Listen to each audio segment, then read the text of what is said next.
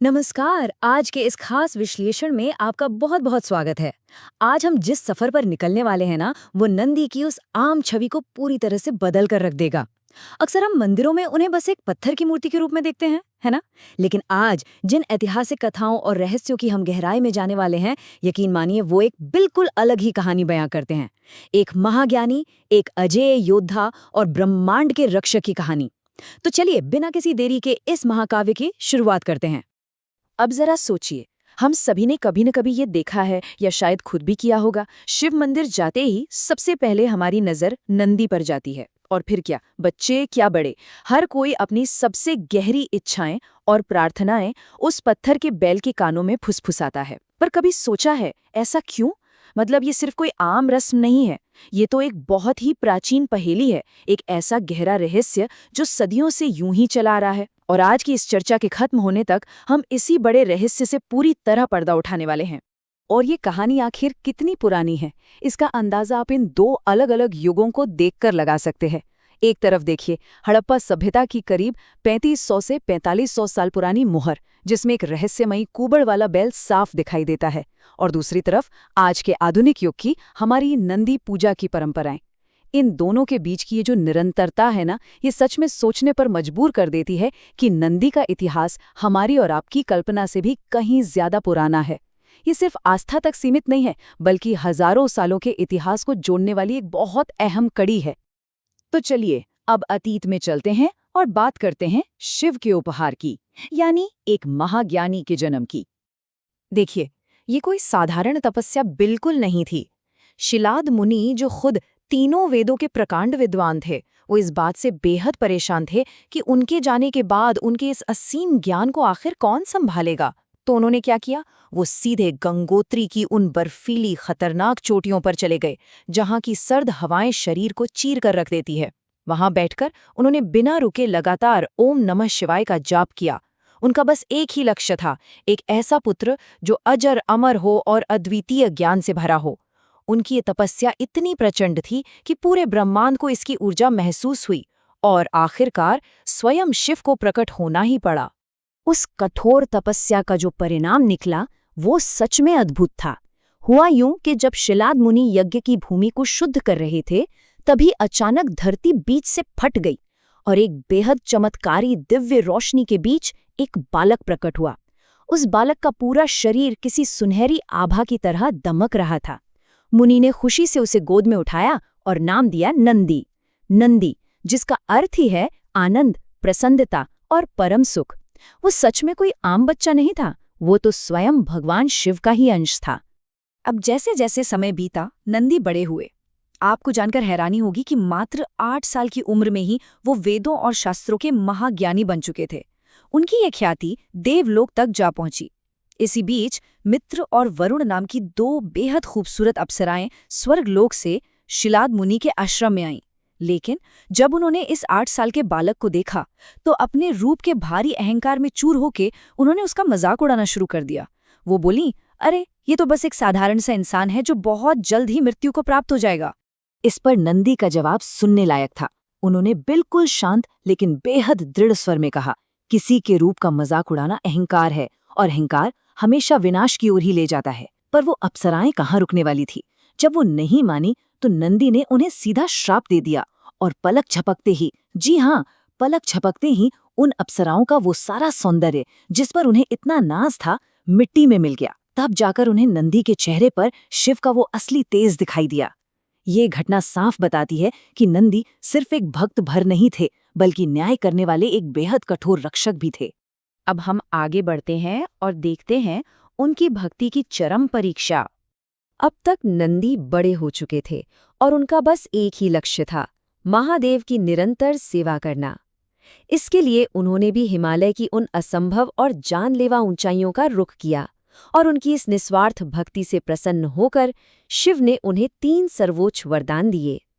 शिव ने अपने त्रिशूल के प्रकाश से नंदी के उस मानव शरीर को एक विशाल अजेय सफेद बैल में बदल दिया, जिसके सींगों पर एक सुनहरी चमक थी।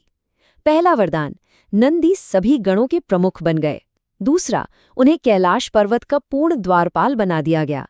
और तीसरा सबसे खास वरदान, वो न सिर्फ शिव के ब्रह्मांडीय वाहन बने बल्कि उनके सबसे करीबी मित्र भी बन गए। सोचिए, एक महाज्ञानी से ब्रह्मांड के रक्षक तक का ये कितना अविश्वसनीय रूपांतरण था। इसके बाद शुरू होता है उनके जीवन का अगला अध्याय, युद्ध, श्राप और ब्रह्मांडीय कर्तव्य।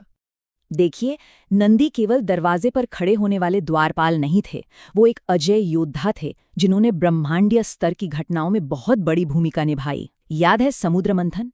उस दौरान जब वो भयंकर हलाहल विष निकला तो उसकी भीषण गर्मी से देवता और असुर दोनों ही कांप उठे थे। जब भगवान शिव उस विष को पी रहे थे तो कुछ बूंदें छलककर सीधे धरती की ओर गिरने लगी।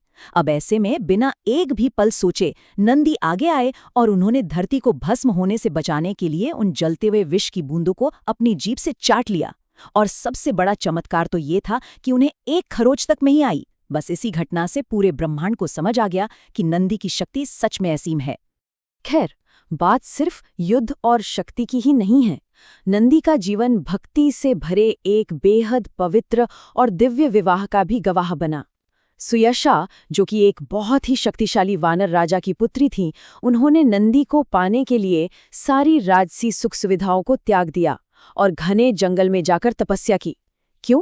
क्योंकि वो भी बिल्कुल नंदी की ही तरह शिव की परम भक्त थीं। शिव के आशीर्वाद से इन दोनों का विवाह हुआ। ये कोई आम गठबंधन नहीं था, बल्कि एक ऐसा दिव्य रिश्ता था जो किसी भौतिक आकर्षण पर नहीं बल्कि शिव के प्रति उनके समान आध्यात्मिक समर्पण पर टिका था। क्या आप जानते हैं कि रावण के पतन की कहानी भी सीधे तौर पर नंदी से ही जुड़ी है? रावण, जो असीम शक्तियों का स्वामी था और खुद शिव का बहुत बड़ा भक्त था, वो अपने अहंकार में इतना अंधा हो गया कि उसने सीधा कैलाश पर्वत को ही उठा लिया। जाहिर है, जब नंदी ने उसे ऐसा करने से रोका तो रावण ने उनके बैल स्वरूप का खूब मजाक उड़ाया। और बस यही उसकी जिंदगी की सबसे बड़ी भूल साबित हुई। नंदी ने उसी वक्त उसे श्राप दे दिया कि जिस वानर रूप का तुम आज मजाक उड़ा रहे हो ना, वही तुम्हारी इस लंका का सर्वनाश करेगा। और इतिहास गवाह है, रामायण काल में हनुमान जी ने लंका को जलाकर इस श्राप को अक्षरशः सच कर दिखाया। तो देखा आपने, रावण का वो घमंड ही उसके अंत का असली कारण बना। एक बार जब शिव कैलाश पर नहीं थे, तब महाशक्तिशाली असुर विद्युन्माली ने अपनी विशाल सेना लेकर वहां हमला कर दिया और फिर छिड़ गया एक महासंग्राम। नंदी ने अकेले ही उस पूरी असुर सेना का डटकर सामना किया। जब असुर आगे बढ़े तो नंदी ने उन्हें उठाकर सीधे गहरी खाइयों में फेंक दिया। जब विद्युन्माली ने चालाकी दिखाते हुए अंधेरे की दीवार खड़ी की और आग की बारिश की, तो नंदी ने सिर्फ एक बार शिव का नाम लेकर ऐसी दहाड़ लगाई कि सब कुछ चूर-चूर हो गया। और अंत में अपने उन विशाल सींगों में पूरी ब्रह्मांडीय ऊर्जा को भरकर उन्होंने विद्युन्माली का हमेशा के लिए अंत कर दिया। उस वक्त उनके खुरों से बिजली चमक रही थी और आंखों से आग निकल रही थी। ये था हमारे कैलाश के रक्षक का असली रौद्र रूप। चलिए, अब अतीत के पन्नों से निकलकर आज के समय में आते हैं। बात करते हैं बढ़ती हुई पत्थर की मूर्ति की। 1 इंच सुनने में तो ये बहुत ही साधारण सा माप लगता है ना? लेकिन इसके पीछे एक बहुत गहरा रहस्य छिपा है। हम सिर्फ प्राचीन पौराणिक कथाओं की बात नहीं कर रहे हैं, आज के आधुनिक युग में भी इसका एक जीता जागता प्रमाण मौजूद है। आंध्र प्रदेश के यागंती उमा महेश्वर मंदिर में नंदी की एक पत्थर की मूर्ति है। और आपको जानकर हैरानी होगी कि भारतीय पुरातत्व सर्वेक्षण यानी ASI ने भी आधिकारिक तौर पर इस बात की पुष्टि की है कि पत्थर के कुछ खास प्राकृतिक गुणों के कारण ये मूर्ति हर 20 साल में ठीक 1 इंच बढ़ जाती है। जी हाँ, आपने बिल्कुल सही सुना। इसका आकार इतना बढ़ चुका है कि मंदिर के कई खंभों को वहां से हटाना तक पड़ गया है। सच में ये विज्ञान और रहस्य का एक बेहद अद्भुत संगम है। लेकिन असली सवाल ये है कि इस लगातार बढ़ती हुई मूर्ति का अंत क्या होगा। वहां की स्थानीय मान्यताओं और भविष्यवाणियों की माने तो जिस दिन ये यागंती की मूर्ति पूरी तरह से अपने आकार में विकसित हो जाएगी, कलयुग के अंत में ये पत्थर की मूर्ति सच में जीवित हो उठेगी। और इतना ही नहीं, ब्रह्मांड की उस अंतिम लड़ाई में ये कल्कि अवतार के साथ मिलकर युद्ध करेगी।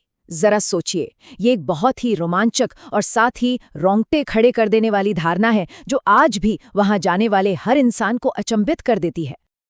और अब वक्त आ गया है उस सबसे बड़े सवाल के जवाब का, फुसफुसाने के पीछे का रहस्य। शुरुआत में हमने बात की थी ना कि हम नंदी के कान में क्यों फुसफुसाते हैं। दरअसल इसके पीछे एक बहुत ही गहरा आध्यात्मिक विज्ञान है। ऐसा माना जाता है कि भगवान शिव अक्सर एक गहरी ब्रह्मांडीय समाधि में लीन रहते हैं।